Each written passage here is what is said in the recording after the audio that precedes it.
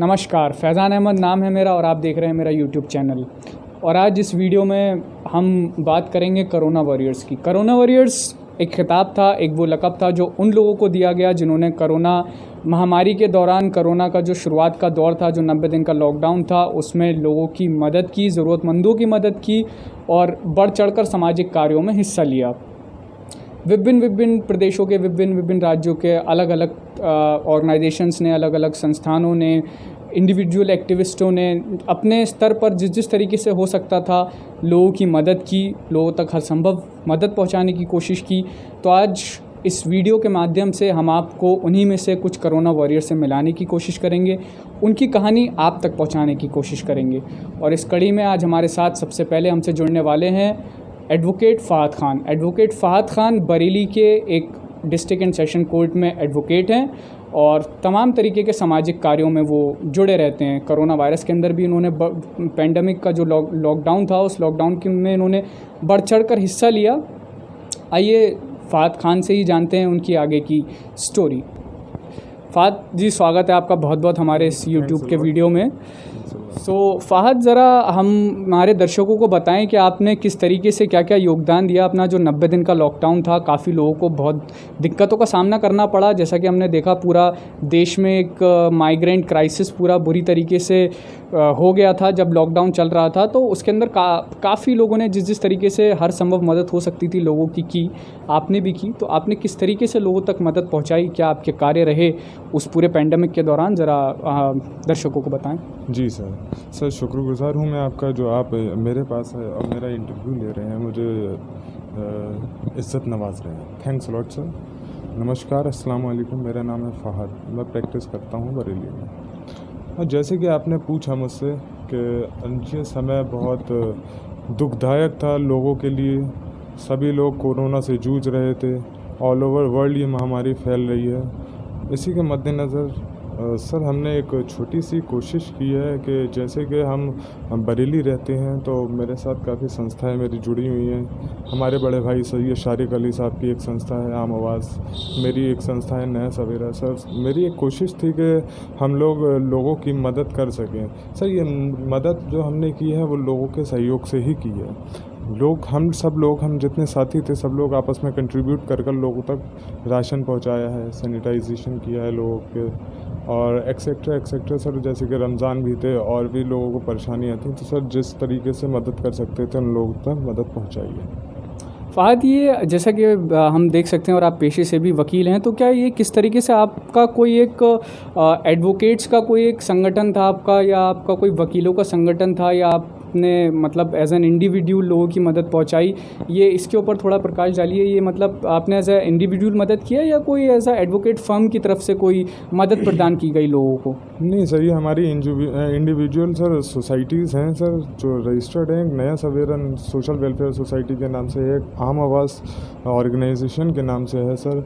साथ ही साथ सर हमारे जो एडवोकेट्स के सर जो एसोसिएशंस होती हैं सर, उन्होंने भी मदद की है। नो डाउट सर, उन्होंने भी हम लोगों की सबकी मदद की है जिसको ज़रूरत रही है। तो सर बेसिकली हमने जो मदद पहुंचाई है वो अपनी सोसाइटी के माध्यम से पहुंचाई। फ़ाहद, जैसा कि हम सभी जानते हैं कि कोरोना वायरस ने तमाम तरीके के प्रोफेशंस को, पेशे को बहुत ही बुरी तरीके से उन पर अपना प्रभाव डाला है और भारत के कोर्ट भी इस महामारी से अछूते नहीं रह गए। भारत के कोर्ट्स को भी काफ़ी परिवर्तन का सामना करना पड़ा। तो अभी स्थिति क्या है भारतीय कोर्ट्स की? अभी आप जब जाते हैं तो किस तरीके से कोर्ट्स फंक्शन कर रहे हैं, किस तरीके से वहाँ पे कार्य हो रहे हैं, कुछ इसके बारे में ज़रा हमें बताना चाहें।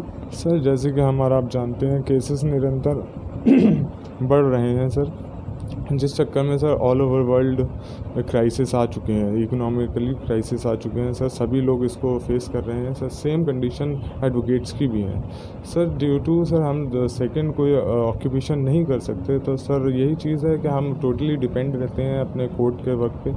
तो सर कोरोना का क्राइसिस चल रहे हैं, जिस इसके चक्कर में सर अर्जेंट वर्क हो रहे हैं सिर्फ, और सर डेली रूटीन का वर्क नहीं चल रहा है, जिस चक्कर में सर पेंडेंसी भी बढ़ रही है। और सर जो इसमें प्लेंटिफ होते हैं, जो लोग वादी होते हैं, उनको भी काफ़ी परेशानी हो रही है। क्या सोशल डिस्टेंसिंग का पालन हो पा रहा है कोर्ट के अंदर? क्या इसके ऊपर कुछ टिप्पणी करना चाहेंगे आप? क्या सोशल डिस्टेंसिंग और SOPs का पालन कर पा रहे हैं एडवोकेट? नहीं सर, पालन तो लगातार हो रहा है, तो सर इसमें नो डाउट सर, इसमें कोई प्रॉब्लम नहीं है। लगातार लोग कर रहे हैं, मैं भी कर रहा हूँ और हमारे जितने साथी हैं सभी कर रहे हैं सर। वो तो ज़रूरत है सर। तो फ़ाहद, उत्तर प्रदेश के अंदर दोबारा से लॉकडाउन का दौर जारी हो चुका है और 13 जुलाई तक लॉकडाउन सुबह 5 बजे तक लगा दिया गया। और उसके बाद ही एक दूसरी खबर ये भी आ रही है कि उत्तर प्रदेश में अब साप्ताहिक के आखिर के 2 दिनों में, यानी कि शनिवार और रविवार को दोबारा से बाज़ार बंद रहेंगे और सप्ताह के अंत के 2 दिनों में लॉकडाउन जारी रहेगा। इस लॉकडाउन के दौरान बैंक्स खुलेंगे, पेट्रोल पंप खुलेंगे और सिर्फ आवश्यक चीज़ों को खोलने की अनुमति, आवश्यक दुकानों को खोलने की अनुमति दी जाएगी और बाकी हर तरीके के बाज़ार और सब तरीके से पूर्णतः जिस तरीके से लॉकडाउन में बंद थे उसी तरीके से बंद रहेंगे। तो आप इस मूव को आप किस तरीके से देखते हैं? सर ये पॉजिटिव मूव हो सकता है सर, यदि हम लोग इसका पालन करें सर। हो सकता है कि हम लोग अपने आप को सिक्योर कर सकें।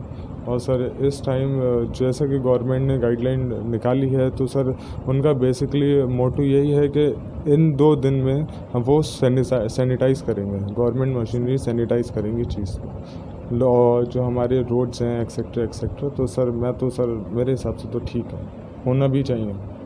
हम सोशल डिस्टेंसिंग का भी फॉलो कर पाएंगे इस कारण। फ़ाहद, कई सारी रिपोर्ट्स ऐसी आई थी, उन रिपोर्ट्स के माध्यम से पता चला था कि कोरोना वायरस पेंडेमिक के दौरान लॉकडाउन जो 90 दिन का चला, उन लॉकडाउन के दौरान डोमेस्टिक वायलेंस यानी कि घरेलू हिंसा के केसेस में काफ़ी बढ़ोतरी देखी गई। तो उसके बारे में क्या आपका है? आप खुद पेशे से एक वकील हैं, क्या आपने घरेलू हिंसा के मामलों में बढ़ोतरी देखी? क्या आपके पास उस दौरान बढ़ोतरी हुई घरेलू हिंसा के जो मामले आते हैं? जी सर, केसेस में तो बढ़ोतरी हुई है नो डाउट सर, क्योंकि सर ये लॉकडाउन का टाइम था और स्पाउस साथ में रह रहे थे। दोनों के विचार ना मिल पाने के कारण आपस में ऐसा सर्कमस्टांस बन जाता है कि दोनों में लड़ाई होती है, जिस चक्कर में कोर्ट तक आने की नौबत पड़ जाती है सर। ये बात फैक्ट है कि निरंतर केसेस में बढ़ोतरी हुई है।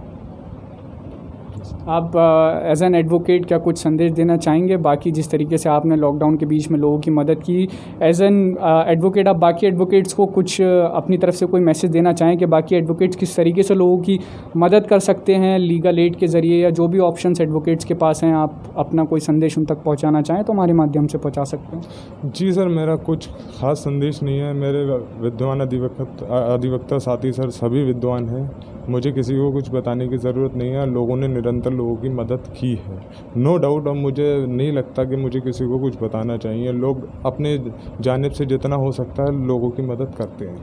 बहुत बहुत धन्यवाद फ़ाहद खान आपका हमारे साथ जुड़ने के लिए, और हम कोशिश करेंगे कि आप इस तरीके से आप जैसे लोगों को हम प्रोत्साहित कर सकें ताकि लोग आगे से आगे आएँ और ज़्यादा से ज़्यादा जिस भी तरीके से संभव मदद हो सकती है उस तरीके से संभव मदद कर सकें, क्योंकि वाकई इस वक्त देश को ज़रूरत है कि हम एक दूसरे के साथ कंधे से कंधा मिलाकर खड़े रहें, डटे रहें। धन्यवाद।